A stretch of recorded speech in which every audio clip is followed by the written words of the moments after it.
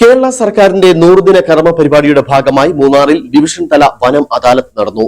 2018 മുതൽ 2026 വരെ തീർപ്പാകാതെ കിടന്ന 120 പരാതികളുടെ നഷ്ടപരിഹാര തുക 2 ആഴ്ചയ്ക്കുള്ളിൽ നൽകും.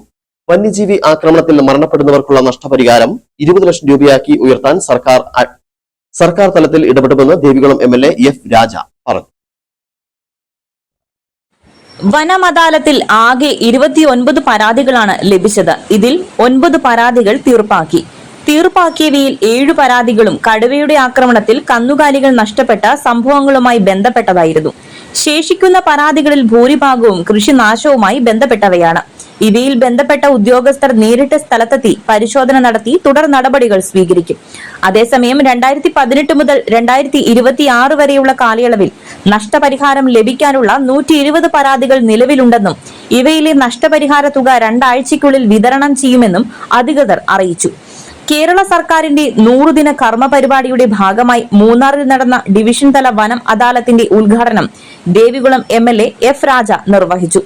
വന്യജീവി ആക്രമണത്തിൽ മരണപ്പെടുന്നവർക്കുള്ള നഷ്ടപരിഹാരം നിലവിലെ 10 ലക്ഷം രൂപയിൽ നിന്ന് 20 ലക്ഷം രൂപയാക്കി ഉയർത്താൻ സർക്കാർ തലത്തിൽ ഇടപെടുമെന്നും MLA വ്യക്തമാക്കി.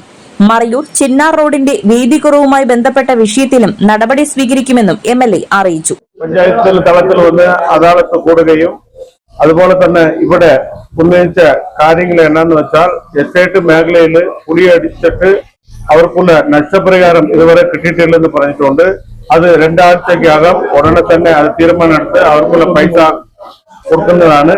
അതുപോലെ തന്നെ ചിന്നാർ റോഡ് 2 സൈഡ് കുഴിയായിട്ട് കിടക്കുവാണ്.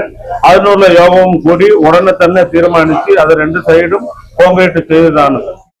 മൂന്നാർ ഗ്രാമപഞ്ചായത്ത് പ്രസിഡന്റ് S. വിജയകുമാർ അധ്യക്ഷത വഹിച്ച പരിപാടിയിൽ chief conservator of forest Vinod B, sub collector Devikulam VM Arya, Munnar divisional forest officer Saju Varghese, വിവിധ ഗ്രാമപഞ്ചായത്ത് പ്രസിഡന്റുമാർ, ജനപ്രതിനിധികൾ, ഉദ്യോഗസ്ഥർ എന്നിവർ പങ്കെടുത്തു. News bureau, Adimali.